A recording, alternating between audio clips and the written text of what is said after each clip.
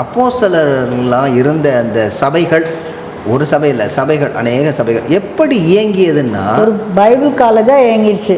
அவ்வளோ அழகாக அவங்க பைபிளை டீச் பண்ணிட்டாங்க. பைபிள் காலேஜோட என்ன ஹூமனிட்டிக்ஸ் இன்டர்பிரிட்டேஷன் கிளாஸ்லாம் எடுத்துருக்குறாங்க. எங்களுக்கு அந்த வேலையை மட்டும் விட்டுரு அப்படிங்கிறாங்க. ஸோ வேத வசனத்தை அக்கு வேற ஆணி வேற போதிச்சிட்டாங்க அப்படியே. ஆமாம், இப்போ அக்கு வேற ஆணி வேறையா போதிக்கிறாங்க. ஒன்றும் சேர மாட்டேங்குது. நட்டு வேற போல்ட்டு வேறையா போயிடுச்சு. இப்போ இதில் முக்கியமானது என்னென்னா, பிலிப்பு ஒரு மந்திரிக்கு மட்டும் சொல்லலை, ஒரு புறஜாதியாருக்கு மட்டும் சொல்லலை, இன்னொன்று ஒரு தேர்ட் ஜெண்டரே வருது. இது வரைக்கும் நீங்கள் கட்டி வச்சுருந்தீங்க, இப்போ அந்த கட்டை உடைக்கிறார் இல்லை சுவிசேஷத்தை. இது ரொம்ப எல்லாருக்கும், அவரால் படைக்கப்பட்ட அனைவருக்கும், எல்லாருக்கும் சுவிசேஷம் வேண்டும், அது யாராக இருந்தாலும் சரி. இதுதான் நீங்கள் ஆண்டவருடைய திட்டத்தை பார்க்கணும். அதாவது எல்லா சாம்ராஜ்யத்துக்கு பின்பு கிரேக்க சாம்ராஜ்யம் வரணும், அது முழுவதுமாக அந்த பகுதியை ஆட்கொள்ள வேண்டும். அப்போ கிரேக்க மொழி பொது மொழியாக இருக்க வேண்டும், அதன் மூலமாக சுவிசேஷம் பரவ வேண்டும். இது ஆண்டவருடைய அலாதி திட்டம்.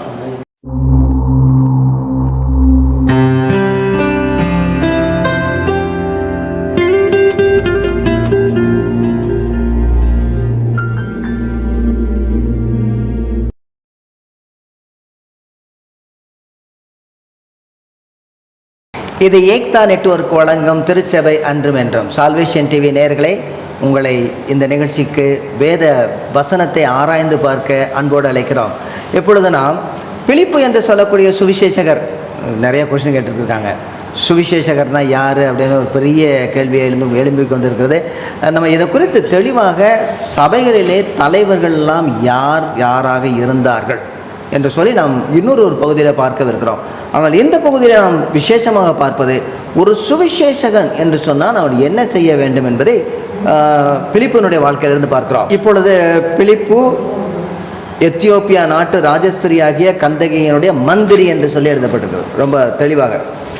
8வது அதிகாரம் 26வது வசனத்திலிருந்து 40வது வசனம் வரைக்கும் இந்த பகுதியில் நடந்த நிகழ்ச்சி என்ன, யாராவது கொஞ்சம் அப்படியே சொல்லி பாருங்களேன்.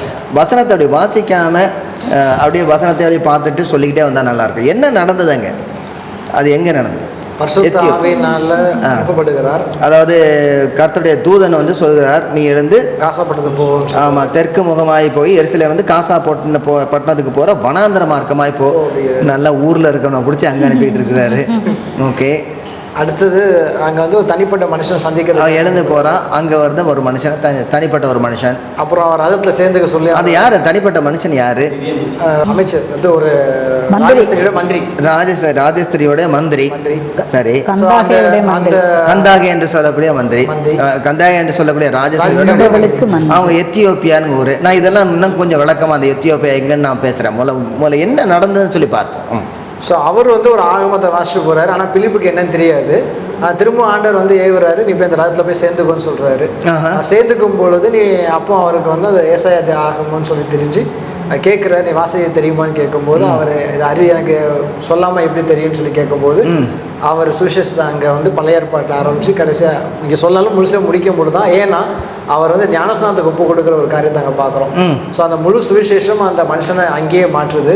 மாற்றி அவர் அந்த கட்டளை கீழ்படுகிறாரு. கீழ்படிஞ்ச பிறகு ஆவியான வேலை முடிச்சோன்னே அவர் அங்கேருந்து அங்கேயே பாஸ்டா உட்காந்து அங்கேயே ஒரு சபையை கட்டி இல்லையோ எத்தியோப்பியாவுக்கு எங்களோட வந்துருங்க அப்படின்னு சொல்லி கூப்பிட்டு போகல.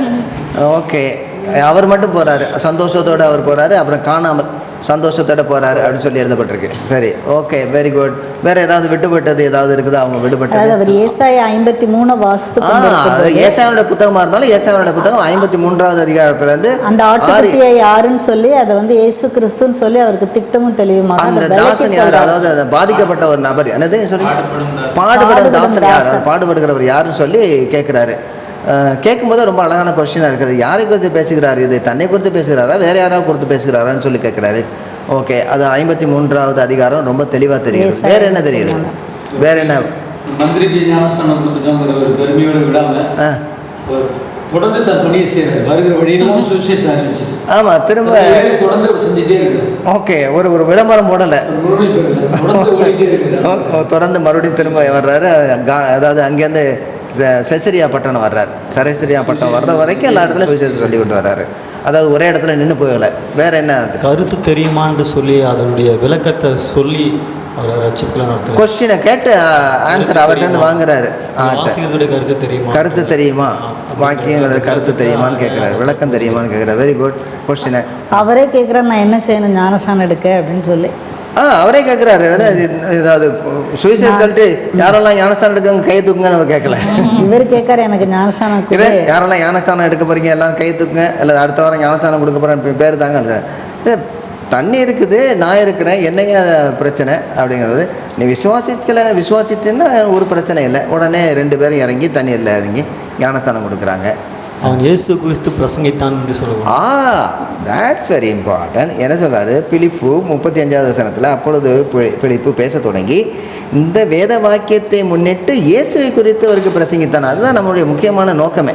இப்போ நம்ம படிக்கிறதோட நோக்கமே என்ன, சுவிசேஷத்தை சொல்லியிருக்கிறாரு.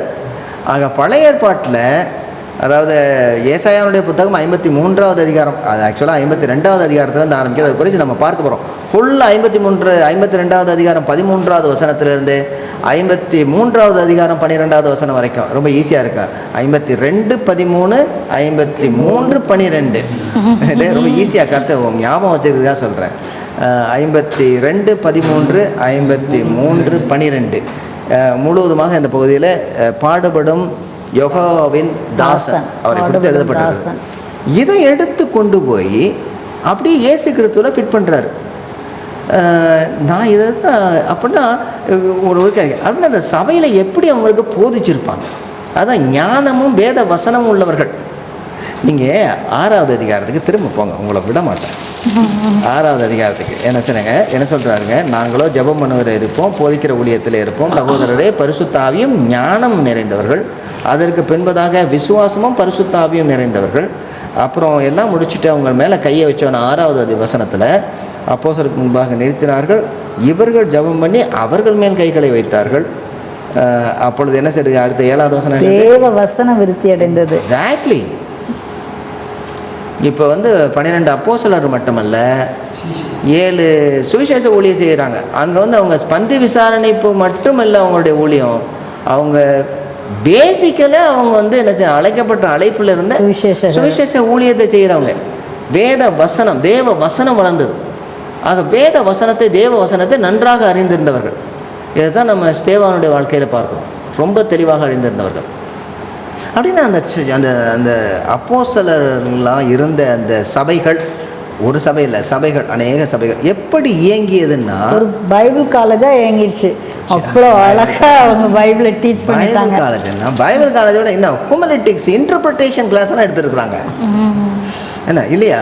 எப்படி ஒரு வேத சத்தியத்தை எடுத்து இன்டர்பிரேட் பண்ணுறது, எப்படி ஹூமனிட்டிக்ஸ் ஆரம்பிக்கிறது, எந்த கொஸ்டின் கேட்குறது, எந்த நேரத்துக்கு எப்படி எக்ஸ்பிளனேஷன் கொடுக்கறது, இதெல்லாம் வேத சத்தியத்தை எப்படி என்ன ஞானமாய் பகுத்தாளுவது, கையாளுவது, தைரியமாய் கையாளுவது, எப்படி பகுத்து போதிக்க விடுது, டிவைட் அண்ட் டீச் ரொம்ப அழகாக அவங்களுக்கு போதிச்சிருக்கணும் சபைகள்.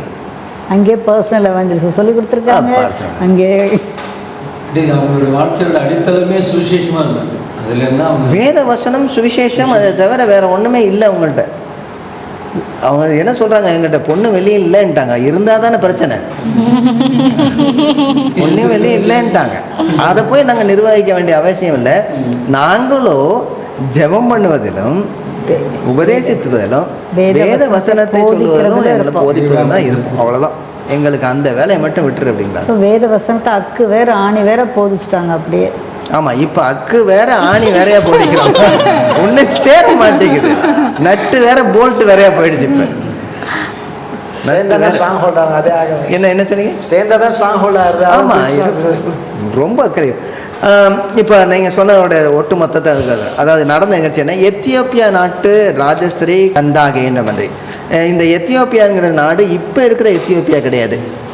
இது நைல் நதியோடைய மேற்கு பகுதி, வட பகுதியில் இருக்கக்கூடிய ஒரு இடம். அது இப்போ அதுக்கு பேர் சுடான் அல்லது நுபியா என்று பெயர் இப்போ இருக்குது.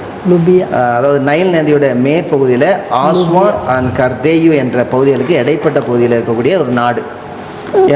மொரோயி என்று சொல்லக்கூடியது அதனுடைய தலைநகர் இப்பொழுது. இப்போ ஒரு பேர் யாருன்னா மந்திரின்னு சொல்லப்பட்டிருக்குது. அதுக்கப்புறம் பொக்கிஷங்கள் எல்லாவற்றுக்கும் அதிகாரின்னு சொல்லப்பட்டிருக்குது, நிதி அமைச்சர். அப்படி சொல்லலாம். ஃபைனான்ஸ் மினிஸ்டரே பிடிச்சாச்சு, அதுக்கப்புறம் என்ன? நிதி அமைச்சர், பொக்கிஷத்துக்கு எல்லாத்துக்கும் தலைவர். ஏன் பொக்கிஷத்து எல்லாருக்கும் தலைவர் அப்படின்னா, அதுக்கு ராஜா இல்லையா, அப்போ ராணி மட்டும்தான் இருந்தாங்களா அப்படின்னு கேட்கலாம். ஆனால் அந்த கலாச்சாரத்தில் ராஜா இருக்கும்போதே அந்த ராஜாவை சிறு வயதிலேயே தெய்வமாக்கிடுவாங்க. அப்போ ராஜா வந்து தெய்வத்துக்கு சமானம். அவர் வந்து இந்த சில்லற வேலையெல்லாம், அந்த நோட்டு என்ற வேலையெல்லாம் அவருக்கு வரக்கூடாது. அவர் வந்து ஆசீர்வாதம் வழங்கணும். பெரிய ஒரு ஆண்டவருடைய அது அவதாரம் மாதிரி இருப்பார். அது அரியணையில் இருப்பார். ஆமாம், அரியணையில் இருப்பார். ஆண்டவருடைய அவதாரமாக தான் இருப்பார். இந்த பிழைப்புக்கு அடுத்த அலுவல்களில் அவர் சிக்கிக்கொள்ள மாட்டார். அப்போ இந்த வேலையெல்லாம் என்ன யார் பார்க்கறது? அதாவது அன்றாட நடத்தையில் வேலையெல்லாம் யார் பார்க்கறதுன்னா, அந்த ராஜ மாதா, அதாவது அவங்களுடைய அம்மா, அவங்க தான் எடுத்து எல்லாத்தையும் செய்யணும். ராஜமாதா, அதான் ராஜமாதான்னு சொன்னாங்க. ராஜஸ்திரீல ராஜமாதா அவங்க தான் செய்வாங்க எல்லாரையும். இப்போ இந்த ராஜமாதா செய்யணும், அவங்களால செய்ய முடியாது. அவங்களுக்கு ஒரு ஹெல்ப்பர் வேணும், நல்ல ஒரு பர்சனல் செக்ரட்டரி வேணும்.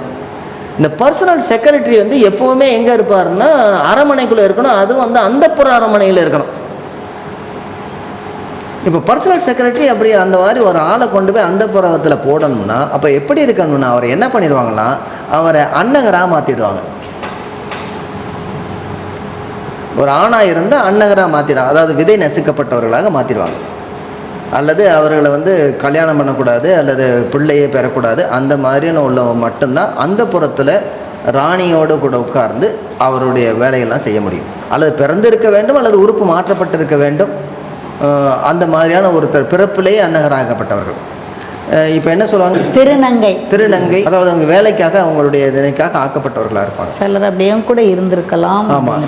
தெரியும். இதில் முக்கியமானது என்னென்னா, பிலிப்பு வந்து ஒரு மந்திரிக்கு மட்டும் சொல்லலை, ஒரு புறஜாதியாருக்கு மட்டும் சொல்லலை, இன்னொன்று ஒரு தேர்ட் ஜெண்டரே வருது. இந்த விதை நசுக்கப்பட்டவர்கள் வந்து கர்த்தருடைய ஆலயத்துக்குள்ளே வரவே கூடாது. இதை வந்து நீங்கள் பழைய ஏற்பாட்டுடைய காரியத்தில் நீங்கள் பார்க்கலாம். பழைய ஏற்பாட்டில் ரொம்ப தெளிவாக இதை குறித்து எழுதப்பட்டிருக்குது. இது ரொம்ப முக்கியமான இந்த ஒரு இடமா இருக்குது இந்த இடம். ஏன் அப்படின்னு சொன்னோன்னா, இதற்கு பின்புதான் சுவிசேஷமானது 9வது அதிகாரம் வருது. 9வது அதிகாரத்தில் பவுலடியாருக்கு சுவிசேஷம் போகிறது. அதுக்கு பின்பதாக 10வது அதிகாரத்தில் கொர்நேலியுவுக்கு சுவிசேஷம் போகிறது. அதற்கு பின்பதாக 11வது அதிகாரத்தில் அந்தியோகியா பட்டணத்தில் கிரேக்கர்களுக்கு சுவிசேஷம் போகிறது. ஆக இதில் என்ன செய்கிறார் ஆண்டவர்? இந்த அணைக்கட்டில் ஒரு பெரிய கல்லே எடுக்கிறாருங்க. அணைக்கட்டில் எடுக்கும்போது ஒரு கல்லை எடுத்து முதலாவதாக அணையை திறந்து விடுறார். அதாவது இது வரைக்கும் நீங்கள் கட்டி வச்சிருந்தீங்க, இப்போ அந்த கட்டை உடைக்கிறார். இல்லை, சுவிசேஷத்தில் இது ரொம்ப எல்லாருக்கும், அவரால் படைக்கப்பட்ட அனைவருக்கும் எல்லாருக்கும் சுவிசேஷம் வேண்டும். அது யாராக இருந்தாலும் சரி, எல்லாருக்கும் சுவிசேஷம் அறிவிக்கப்பட வேண்டும்.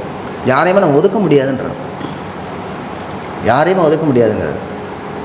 அதாவது இந்த மாதிரியாக உள்ளவர்களை சபையிலிருந்து வெளியிலே வைப்பது. அதாவது உபாகமத்தில் 23வது அதிகாரம் 1வது வசனம், தயவுசெய்து வாதுங்க. விதையடிக்கப்பட்டவனும்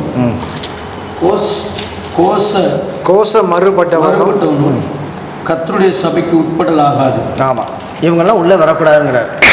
ஆனால் இவங்களுக்கும் கர்த்தர் வந்து ஒரு சுவிசேஷத்தை வச்சிருக்கிறார், இவங்களுக்கும் ஒரு ஆசீர்வாதத்தை வச்சிருக்காரு. இவர்களை குறித்து ஏசாயா தீர்க்கதரிசியில் 56வது அதிகாரத்தில் 4-5 வசனங்களை சொல்லப்படுது. தயவுசெய்து வாசிங்க. என் ஓய்வு நாட்களை ஆசரித்து எனக்கு இஷ்டமானவர்களை தெரிந்து கொண்டு என் உடன்படிக்கையை பற்றி கொள்ளுகிற அன்னகர்களை குறித்து கர்த்தர் சொல்லுகிறது என்னவென்றால், நான் அவர்களுக்கு என் ஆலயத்திலும் என் மதில்களுக்குள்ளும் குமாரருக்கும் குமாரத்திகளுக்கும் உரிய இடத்தையும் கீர்த்தியையும் பார்க்கிலும் உத்தம இடத்தையும் கீர்த்தியையும் கொடுப்பேன் என்று அழியாத நித்திய நாமத்தை அவர்களுக்கு அருளுவேன். அது வந்து பின்னாடி நடக்கிறது. அதாவது இந்த வசனம் வந்து யூதர்களுடைய மத்தியில் பேசப்படும் பொழுது ஒரு விபரீதமான ஒரு வசனமாக இருக்கும். ஆனால் கர்த்தருடைய திட்டத்தின்படி இங்கே அவர்களுக்கு சுவிசேஷம் அறிவிக்கப்படுகிறது. அவர் வந்து ஆண்டவருடைய பிள்ளையாக மாறுகிறார். கர்த்தருடைய குமாரரும் குமாரத்தியுமாக மாறுகிறார்கள்.